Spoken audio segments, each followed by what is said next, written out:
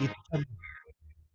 La pasión por tu profesión es lo que te define, porque sabemos que eres bueno, pero queremos que seas el mejor. En la Escuela de Posgrado de la Universidad Norbert Wiener, creemos en ti. Por eso te impulsamos a alcanzar tu máximo potencial y luchar por tu pasión para seguir avanzando. Somos parte del grupo Wiener Carrión y hace más de 50 años impulsamos una experiencia educativa que trasciende en nuestro país. En nuestra escuela de posgrado contamos con más de 12 años de experiencia, brindando así una formación integral en salud, criminalística, educación, gestión pública, investigación, derecho e innovación. Nos comprometimos con nuestro país en formar profesionales del más alto nivel, líderes con propósito social, líderes con excelencia académica. Impulsados por una gran red de universidades en todo el mundo, con convenios nacionales e internacionales que promueven la movilidad estudiantil y docente a través de pasantías, clases espejo, congresos y eventos internacionales de primer nivel. Nos impulsa el generar conocimiento propiciando el aprendizaje mediante la investigación y producción de artículos publicados en las principales revistas científicas del mundo. Nos impulsan nuestros docentes investigadores. Nos impulsan nuestros alumnos y egresados. Profesionales íntegros y competentes con visión global, capaces de superar cualquier obstáculo para seguir avanzando. Nos impulsa la misma pasión que te motivó, esa pasión que impulsa al máximo tu potencial. ¿Y a ti? ¿Qué te impulsa a crecer? Posgrado Universidad Norbert Wiener. Tu impulso.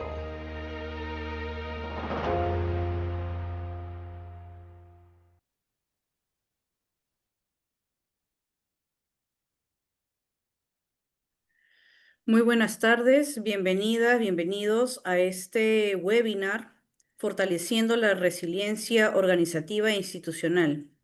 Mi nombre es Ginger García Portocarrero, yo soy la directora del programa académico de obstetricia en pregrado y en posgrado, y tengo el alto honor de presentar a Susana Chávez. Ella es maestra en salud pública, directora de PROMSEX, una gran institución que ve por los derechos sexuales y los derechos reproductivos, y soy testigo y puedo dar fe de la importancia que ella tiene a nivel internacional y nos hace sentir muy orgullosas a todas las obstetras que vemos de cerca ese crecimiento y ese trabajo en pro de muchas personas.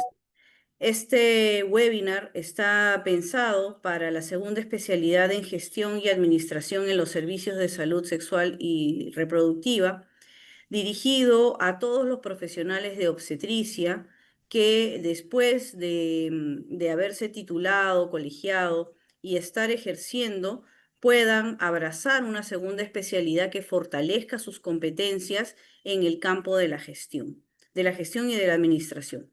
Los servicios de salud sexual y de salud reproductiva hoy más que nunca necesitan profesionales de obstetricia calificados y convencidos, ¿no? Con esa convicción de que el trabajo que están realizando no es solamente un trabajo asistencial. Para que éste funcione, necesita tener profesionales que estén enfocados en esta gestión.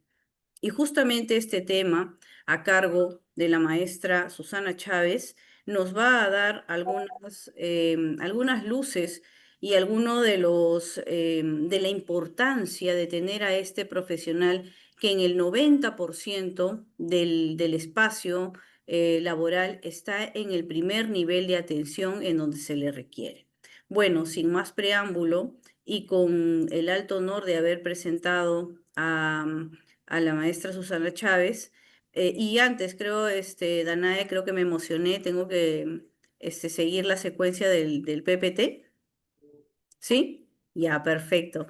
Lo voy a proyectar, yo lo proyecto, me he puesto nerviosa, cosa un poco rara, pero a veces pasa. Bueno, les quería comentar acerca de la escuela de posgrado de la Universidad Norbert Wiener, a la cual realmente ahora con el enriquecimiento que tenemos, el fortalecimiento por la Arizona State University, es que queremos darle esa diferencia, ¿no? Nosotros estamos con estas 4 estrellas de las QS, que es un reconocimiento internacional, entre ellos la calidad en enseñanza en la modalidad de distancia, la calidad del profesorado y recursos educativos, un certificado o los certificados que tenemos desde el principio, desde los inicios de la Universidad Norbert Wiener y de los cuales estamos muy orgullosos. En calidad los hizo 9001-2015 en nuestras maestrías, más de 27 años formando profesionales líderes, más de 15 años de experiencia como escuela de posgrado. Promovemos un aprendizaje práctico en centros de simulación avanzada. Nuestros planes de estudio también están enriquecidos con materiales de clase y casos prácticos extraídos de la Arizona State University, profesores especialistas en investigación e investigadores RENACID, compromiso con la investigación, publicaciones en Scopus, WOS, Cielo. Ofrecemos maestrías, segundas especialidades, diplomados, programas de especialización, experiencias globales, convenios en 6 países, semanas internacionales y clases espejo. Y estas diferencias, por supuesto, que también está incluido para las obstetras que están estudiando con nosotros y por lo cual es un gran diferencial entre otras universidades, ¿no? Estas son las universidades y los países en donde nosotros con el convenio a través de Sintana y a través de la Arizona State University tenemos acceso. Como pueden ver, hemos expandido nuestra globalización a casi todo el mundo con estas diferentes experiencias en estos países de manera directa. Esta segunda especialidad en gestión y administración en los servicios de salud sexual y reproductiva tiene, ¿no?, como plana docente a un equipo de docentes con experiencia reconocida en gestión de servicios de salud, en salud sexual y salud reproductiva. La modalidad que ofrecemos es un acompañamiento académico permanente, no sin antes decirle a todos los participantes y a todos los que nos escuchan que la exigencia siempre está por encima de ello, ¿no? El acompañamiento sí está, la flexibilidad y todo lo demás. Nosotros damos el 50% de todo este maravilloso proyecto y el otro 50% es el talento de cada uno de los obstetras que se van a especializar con nosotros. La malla curricular que permite desempeñarse en roles de liderazgo enfocado en la gestión integral de servicios, planeación y evaluación. La formación integral, nuestro programa equilibra la teoría con la práctica, asegurando un aprendizaje especializado con estrategias didácticas como el método de caso y el aula invertida. También hacemos talleres y networking, ¿no? Es importante resaltar que cuando uno viene a una segunda especialidad y desde el pregrado, debe considerar que estamos haciendo redes de contactos. ¿Y por qué no mencionar redes de confianza? Porque hay que resaltar que atendemos los profesionales de obstetricia la salud más íntima de todas, que es la salud sexual y la salud reproductiva. Y por eso es que nos enfocamos desde la Universidad Norbert Wiener en darles esa información y en capacitarlos desde todos los ámbitos éticos, morales y también, sobre todo, técnicos y científicos. El objetivo del programa es implementar estrategias de gestión del riesgo y seguridad para garantizar calidad en la atención en salud sexual y reproductiva, desarrollar procesos de monitoreo, evaluación e innovación basados en la mejora continua, generar investigaciones aplicadas que aporten evidencia científica para fortalecer programas, políticas y nuevos modelos de atención en salud reproductiva. Y agregarle a esto también que estamos promoviendo que más obstetras desarrollemos información, investigaciones, libros, ¿no? Y que sean parte de la bibliografía de los programas de obstetricia en nuestro país, de los cuales, pues, en general estamos adoleciendo. ¿A quién va dirigido? Profesionales universitarios titulados de la carrera de obstetricia. La metodología, un aprendizaje basado en problemas, en proyectos, educación virtual y aula invertida. ¿Qué competencias y habilidades adquiridas vamos a complementar con esta segunda especialidad? Diseñar y ejecutar planes para optimizar servicios con enfoque en calidad, equidad y derechos. Será capaz de responder a las necesidades poblacionales con una visión integral y eficiente. Gestionar recursos humanos, que es tan importante hoy en día, diseñar presupuestos y evaluar modelos de financiamiento, implementar estrategias para prevenir riesgos y asegurar al paciente, ¿no? Y el personal, aplicar protocolos de buenas prácticas con enfoque ético y humanizado. Diseñar sistemas y seguimiento para la evaluación y mejora de programas, ejecutar propuestas innovadoras basadas en evidencia y adaptadas al contexto. También ejercerán el liderazgo con capacidad de incidir en decisiones estratégicas. Serás parte activa en la formulación de políticas públicas con enfoque de derechos y equidad.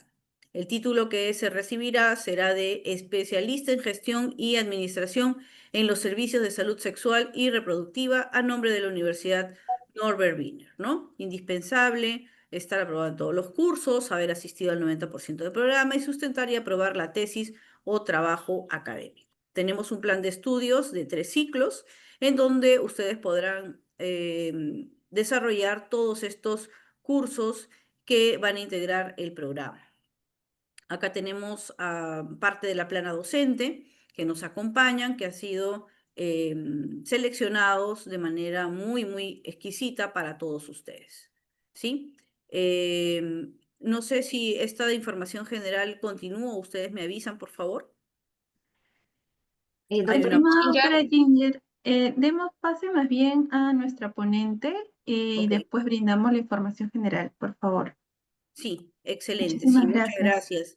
Muchas gracias. Entonces los dejo con la información tan importante que nos va a dejar Susana Chávez. Y muchas gracias por su participación a todos los que están conectados aquí y en el live que estamos transmitiendo desde la plataforma de Facebook de la Universidad Norbert Wiener. Gracias.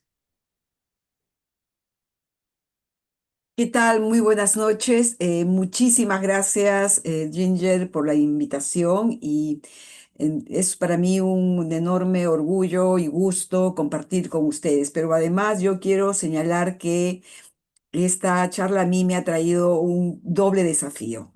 Por un lado, intervenir en un área que yo aparentemente no había pensado para nada en el último tiempo, pero además organizar ideas para ver que efectivamente todo el tema de gestión es un tema que transversaliza, como ya bien lo señaló Ginger, un conjunto de acciones básicas si uno quiere ser efectivamente sistemático y uno comienza a pensar también en ese espacio, ¿no? No estamos hablando tan solo de empresas, estamos hablando de iniciativas, pero también estamos hablando de colectivos. Entonces, pensando en esto, es que he hecho esta breve presentación que para mí va a ser un gusto compartir con ustedes.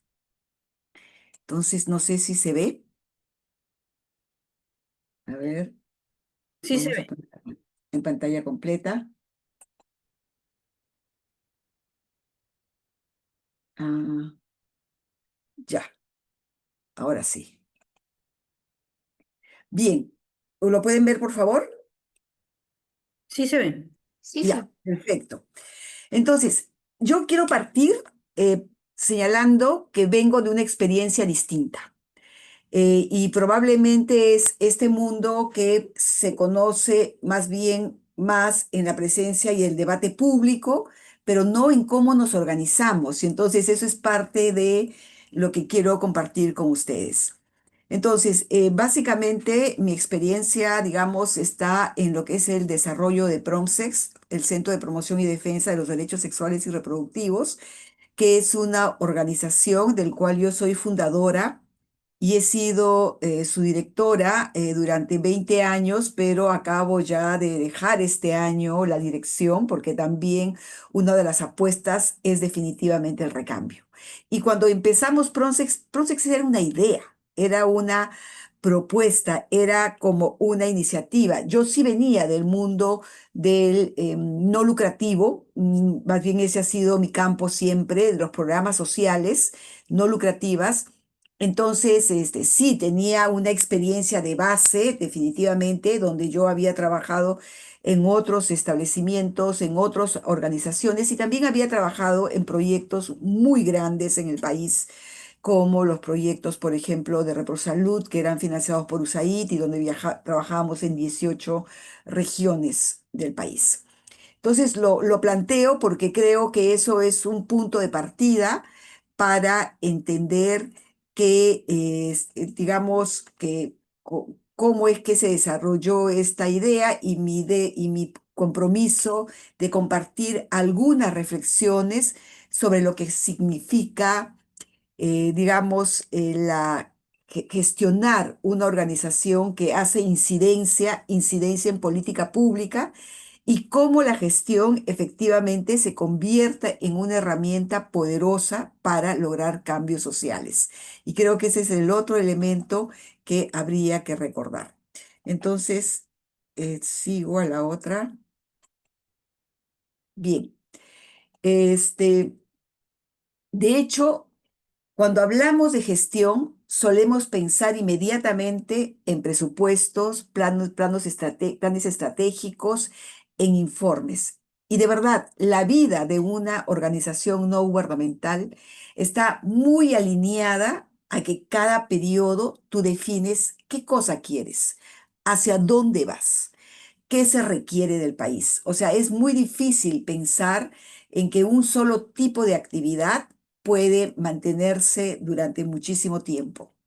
¿Por qué? Porque definitivamente las organizaciones no gubernamentales son pequeños laboratorios, laboratorios donde muchas veces se definen propuestas, se analizan problemáticas, que luego vamos a hablar sobre eso, para proponerse luego como las propuestas del municipio, de la localidad, de la región o las propuestas nacionales. Y para llegar a esas propuestas nacionales son procesos de ensayo que uno va haciendo.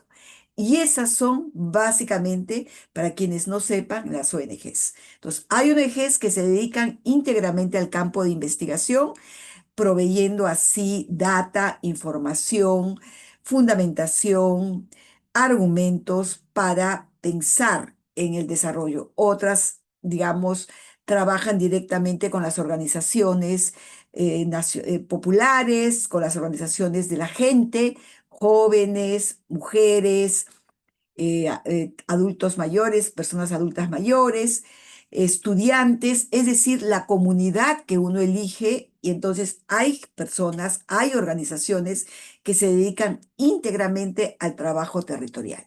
Ya vemos un grupo de organizaciones en donde más bien nuestro enfoque de inicio es cómo transformamos la política pública.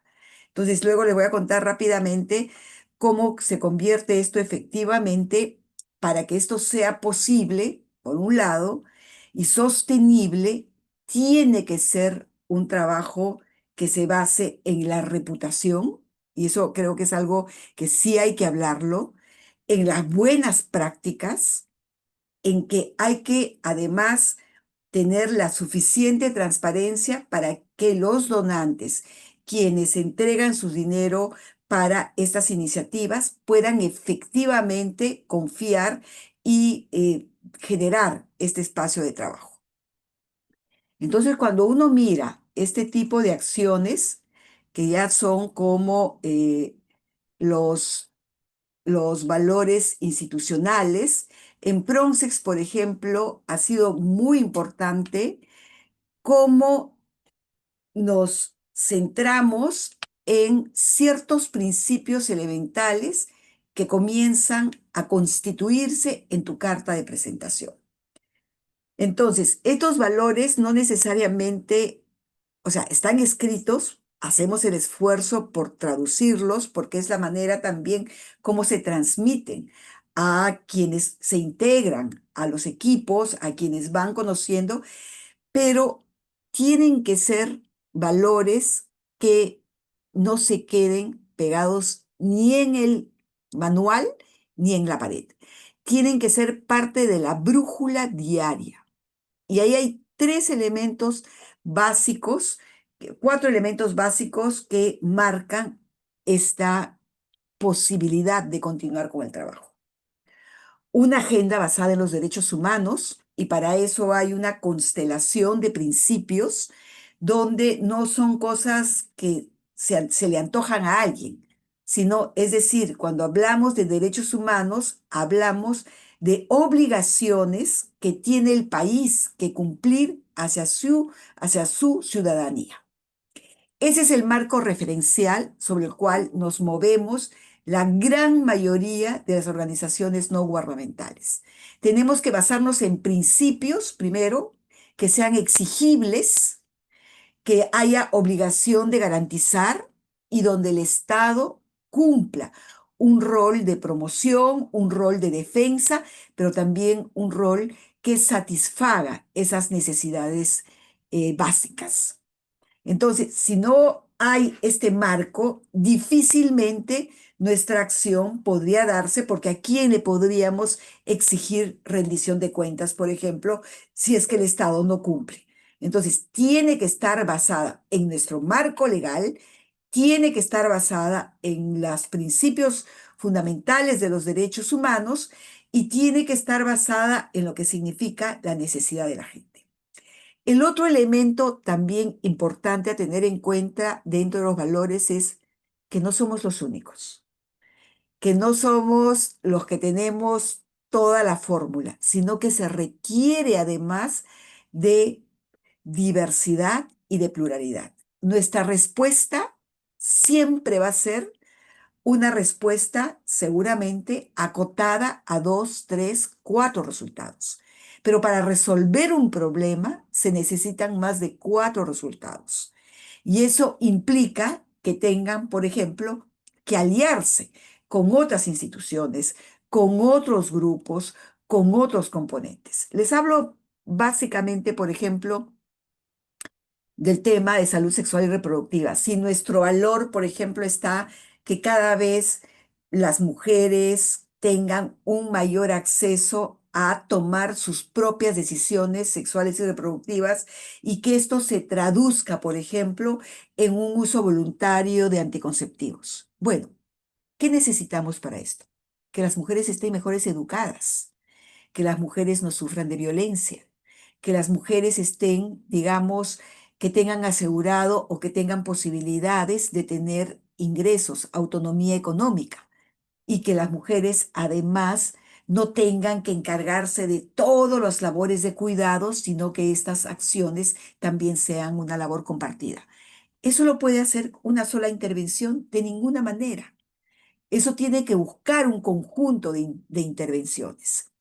Y esas intervenciones es parte del, digamos, el enfoque que uno da en encontrar estas distintas posibilidades. El otro asunto de la pluralidad. Una respuesta que puede ser útil y buena para alguien que viva en Lima, en la zona periurbana, no es la misma para quien es parte de una comunidad indígena. No es la misma de una mujer adulta a una persona adolescente. No es lo mismo para un hombre, por ejemplo, que tiene su familia y sus hijos, frente a un adolescente que recién empieza su vida. Entonces, son distintas necesidades y esa pluralidad también tiene que ser parte de la conciencia de lo que hagamos y no para decir somos nosotras las que decimos qué hacer, sino cómo se recoge también la experiencia de estas personas, porque si estas personas han llegado donde están, es porque han tenido una serie de habilidades y de cuestiones que son parte de su vida que las hace efectivamente vivir bajo determinadas condiciones, ¿no? Entonces, ese es un segundo aspecto. El otro aspecto fundamental que sí es un compromiso absoluto de mi organización, como de otras también, es que tenemos que avanzar hacia un mundo no uniforme, ojo, eso es totalmente distinto. pero sí a un mundo con igualdad de derechos.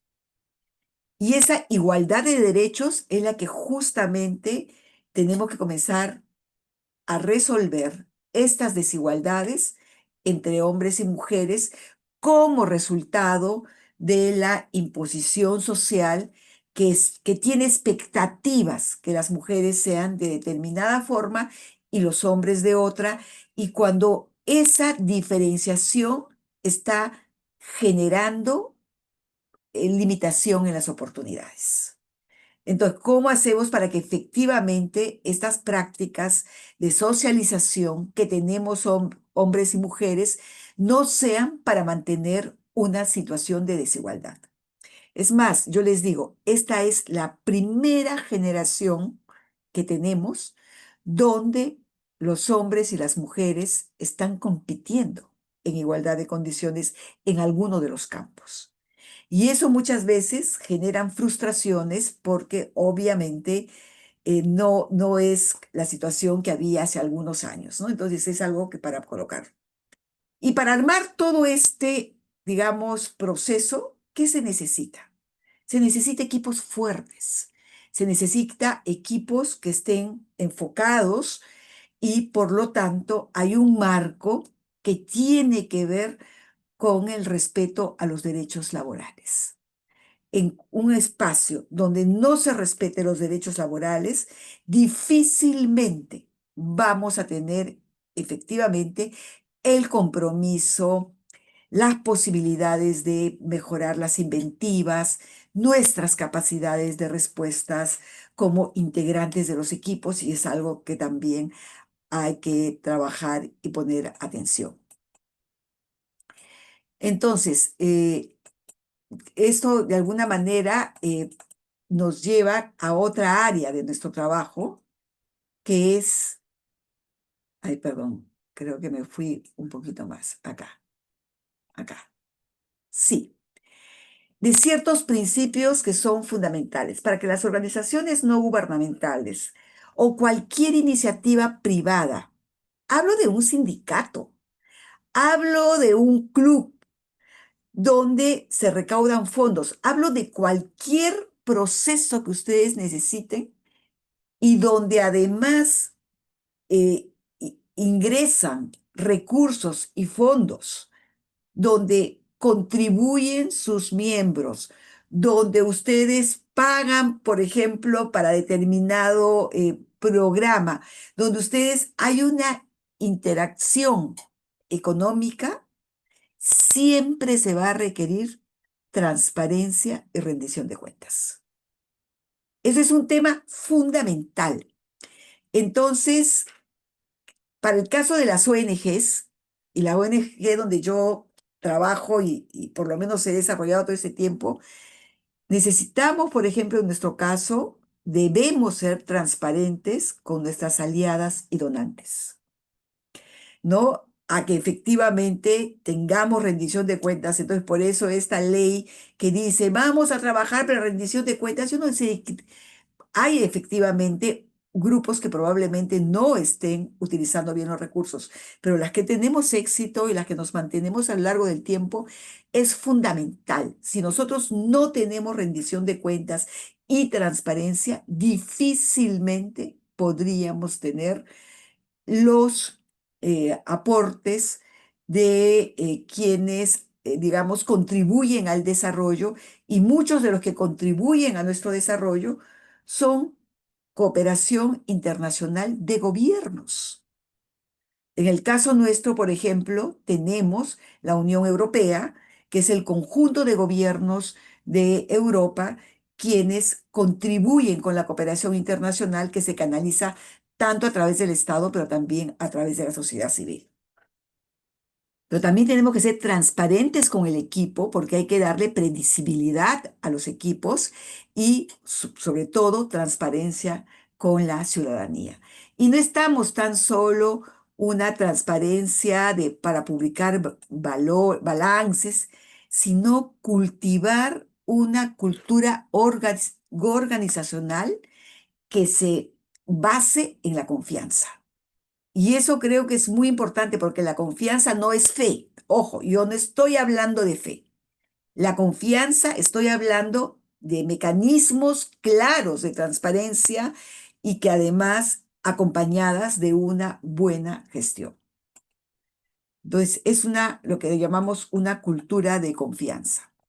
Entonces, yo quiero compartir con ustedes rápidamente algunos ejemplos de lo que significa gestionar, que para nosotras han sido gestiones y acciones de éxito. Por ejemplo, ¿qué acciones que hemos hecho con procesos que han ayudado a pensar en la política pública? En este momento, con el marco legal, ya no lo podemos hacer porque ya las organizaciones que antes teníamos la prerrogativa de representar a personas que habían sido afectadas en sus derechos por acción o por omisión del Estado, con una lamentable ley, esto se ha prohibido. Pero, por ejemplo, ¿qué casos nosotros hemos llevado a litigio internacional? Yo me imagino que todos de este grupo conocen la anticoncepción oral de emergencia, ¿no? Bueno, les cuento.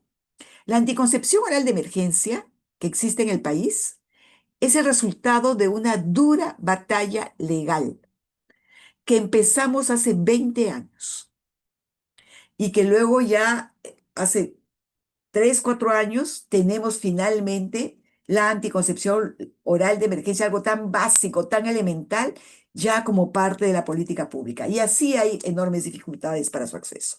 Bueno, esto se cuestionó. Esto el Estado lo quiso prohibir.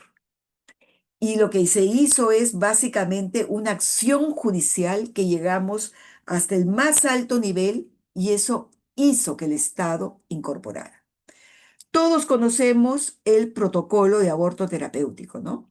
Bueno, el protocolo de aborto terapéutico no es una decisión que se discutió en el ministerio con los espacios técnicos. Sí hubo mucha discusión, pero esa no fue la decisión.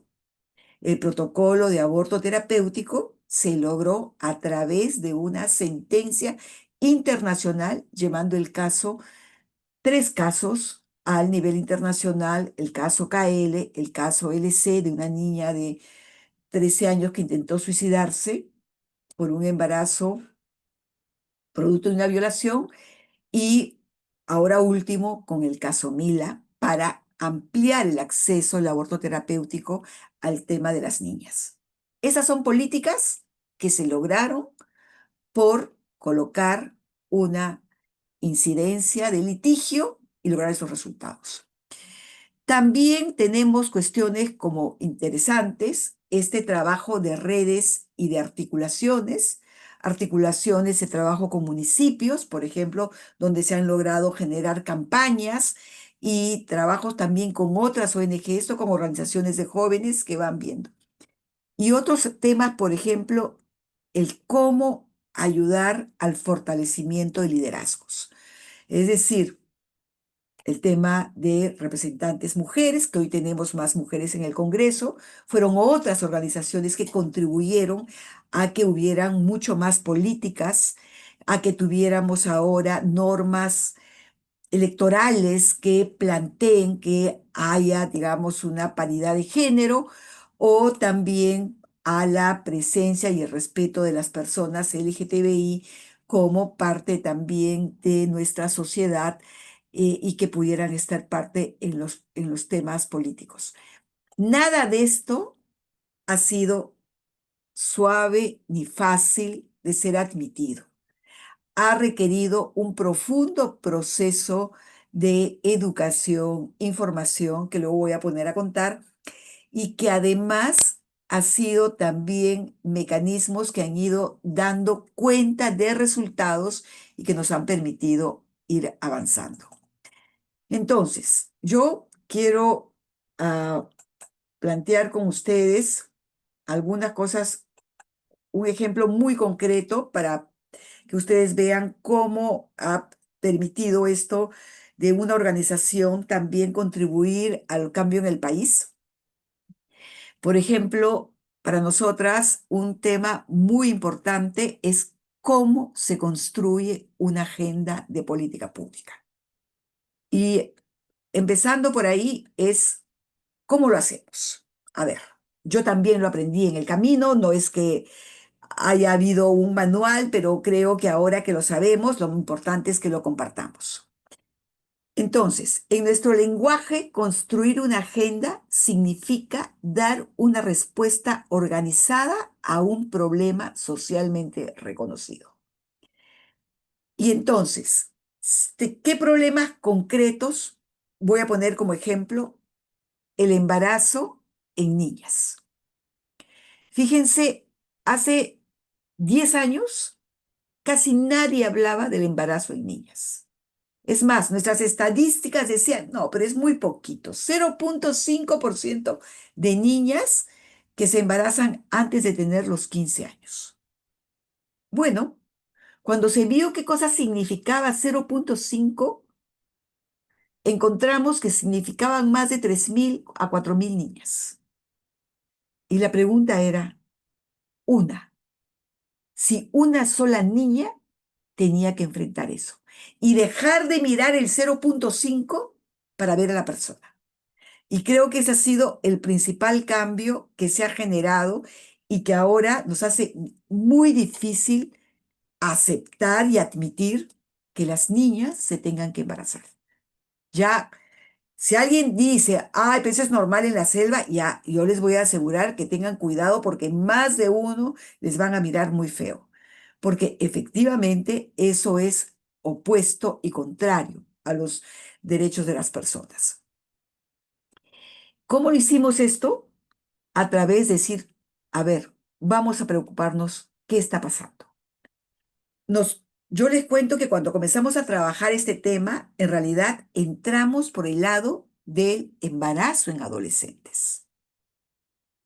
Y resulta que en el Perú había muchísimas intervenciones de embarazo en adolescentes, casi todas centradas en el cómo hacer que las adolescentes posterguen su relación sexual o usen métodos anticonceptivos, muy focalizadas en lo que las adolescentes tenían que saber.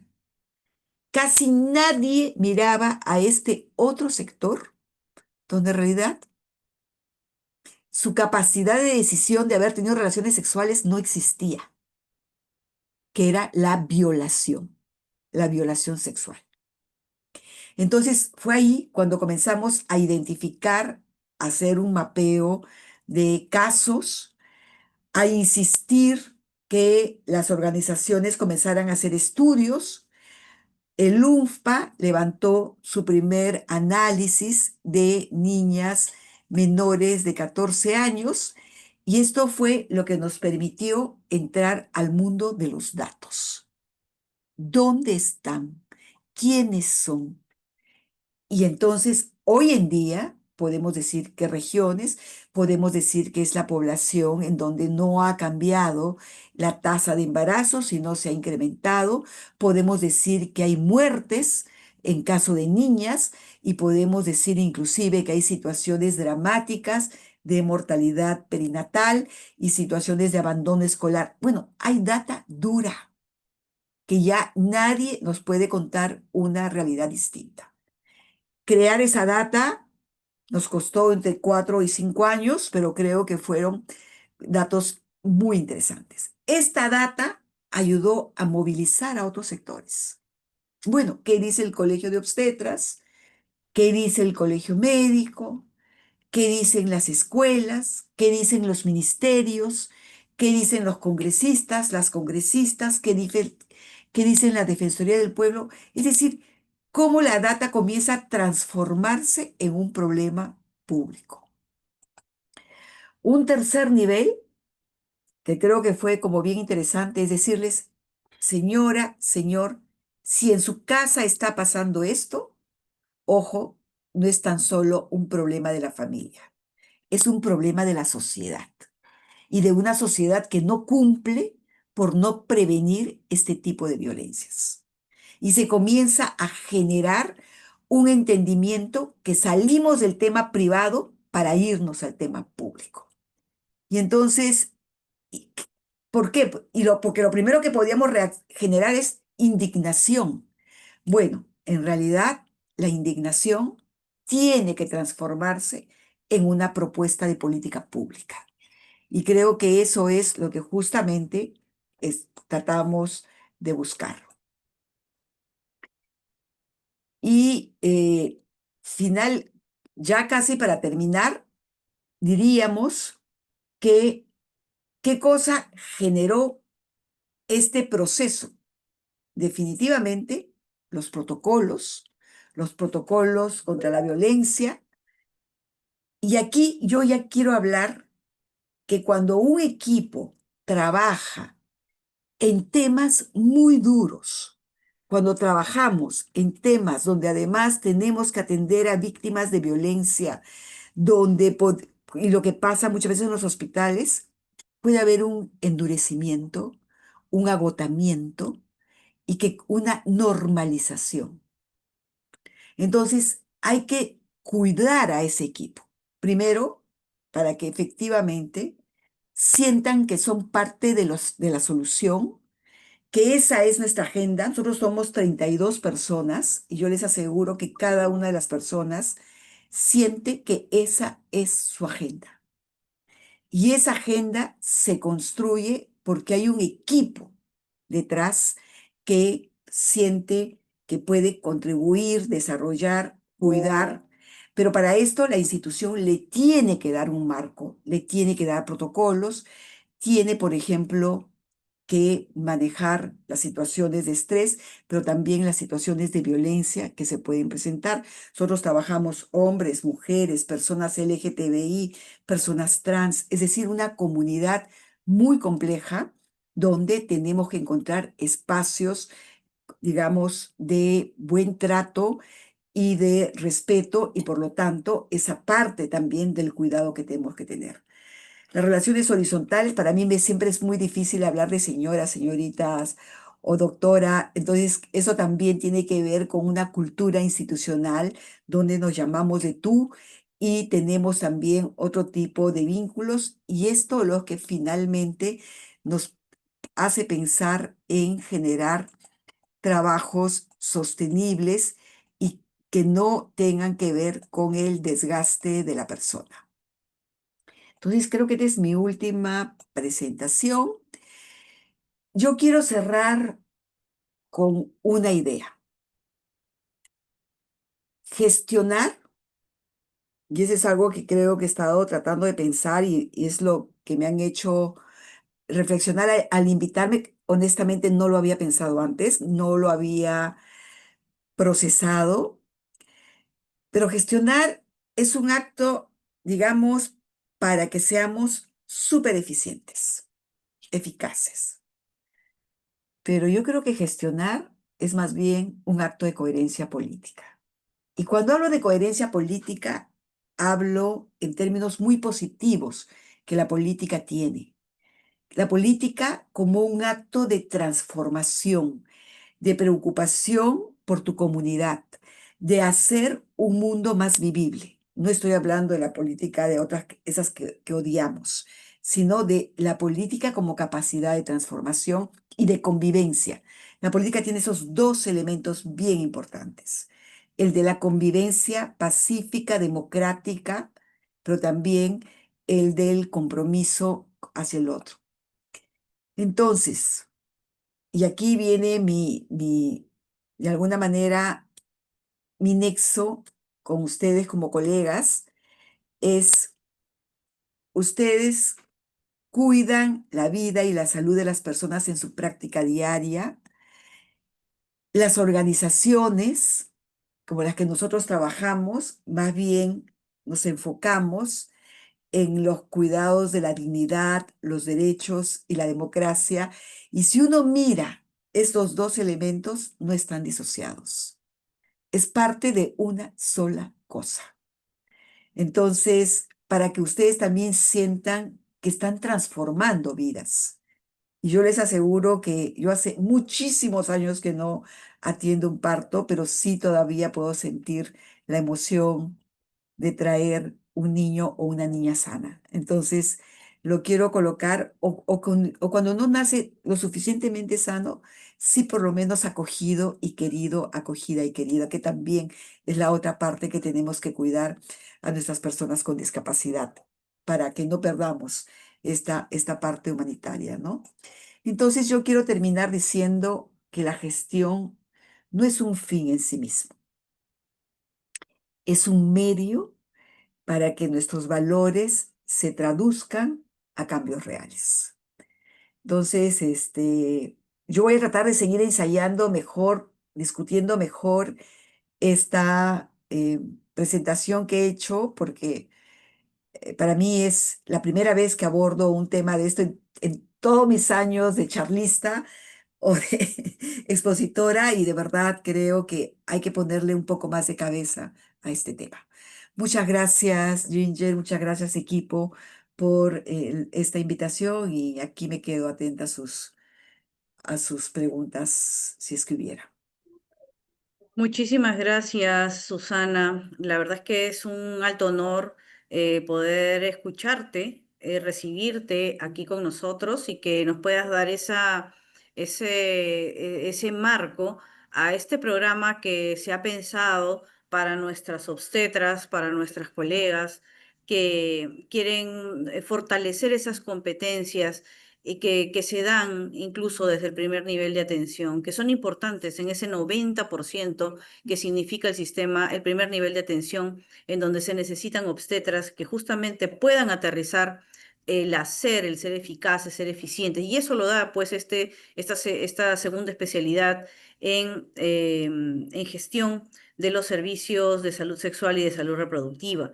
No sé si han dejado, si el equipo nos tiene algunas preguntas para ti. Y en todo caso, de verdad mi agradecimiento profundo, la inspiración que sigas dándonos esa inspiración en hacer un país mejor, porque de eso se trata ser profesionales, de eso se trata hacer ese esfuerzo para seguir capacitándonos y tiene que ser para servir mejor, no hay otro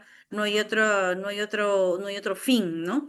Y de eso se trata, eso queremos transmitirles, eso queremos darles a nuestras egresadas, a nuestras colegas, que con mucho esfuerzo, además, tengo que decirlo, hacen sus estudios de posgrado, hacen sus estudios de pregrado, ¿no? Y es para contribuir a este país maravilloso que es el Perú. La mayoría de los peruanos ha venido a este mundo a través de las manos de un profesional de obstetricia.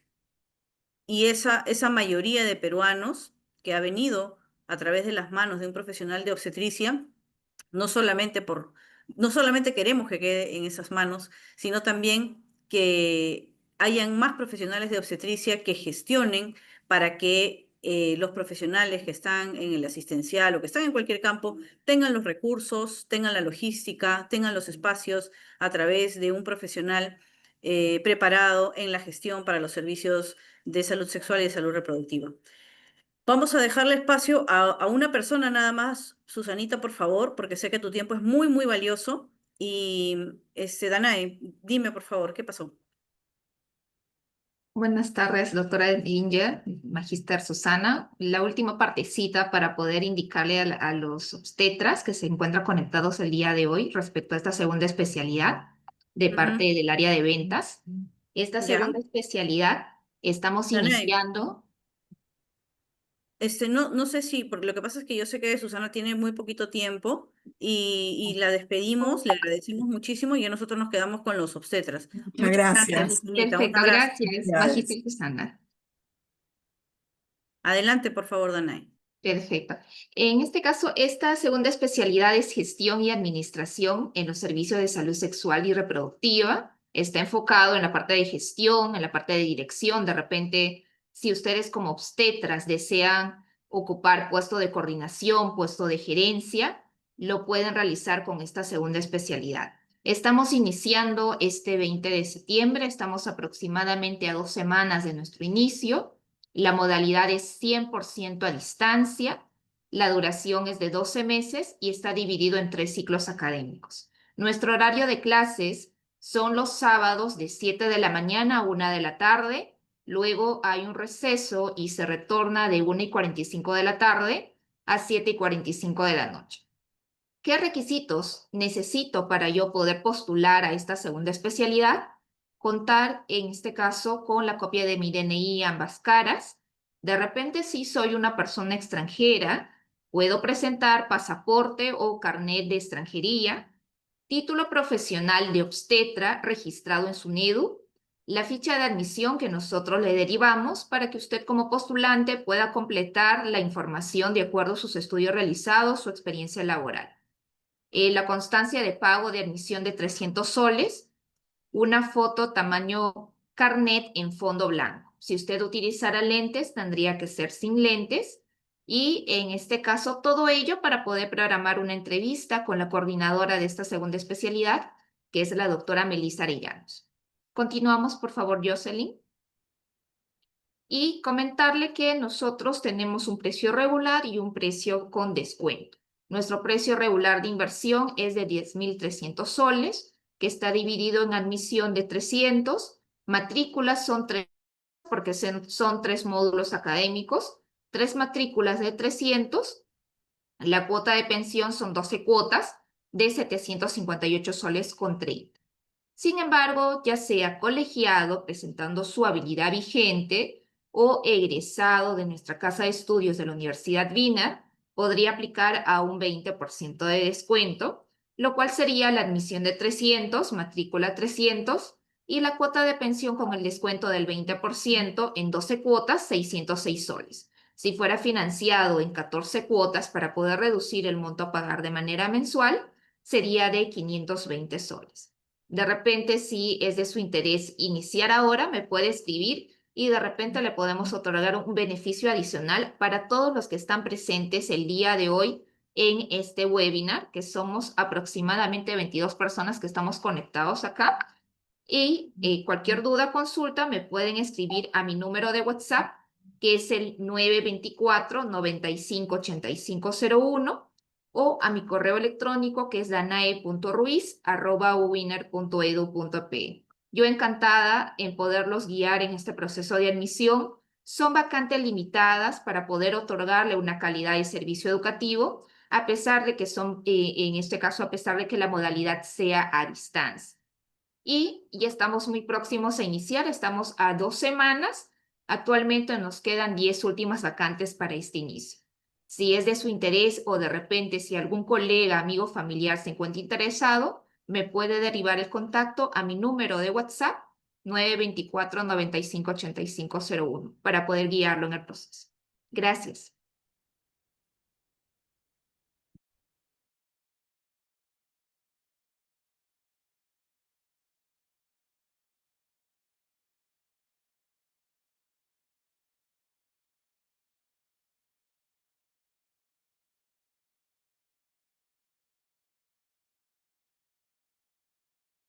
Si tuvieran alguna consulta, obstetras, nos pueden hacer saber por el chat o también pueden levantar la mano para hacer la consulta.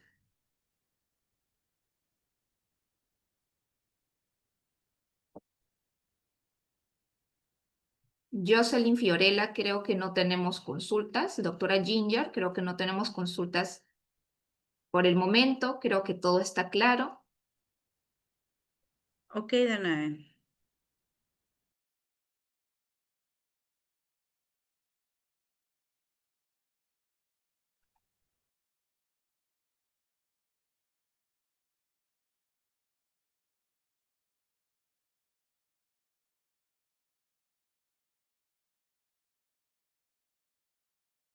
Gracias, doctora Ginger, por hacerse presente el día de hoy en nuestro webinar de gestión y administración en los servicios de salud sexual y reproductiva. Gracias a todos los obstetras que se han tomado su tiempo para estar presente en este webinar.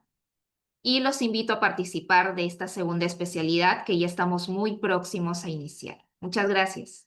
Muchas gracias.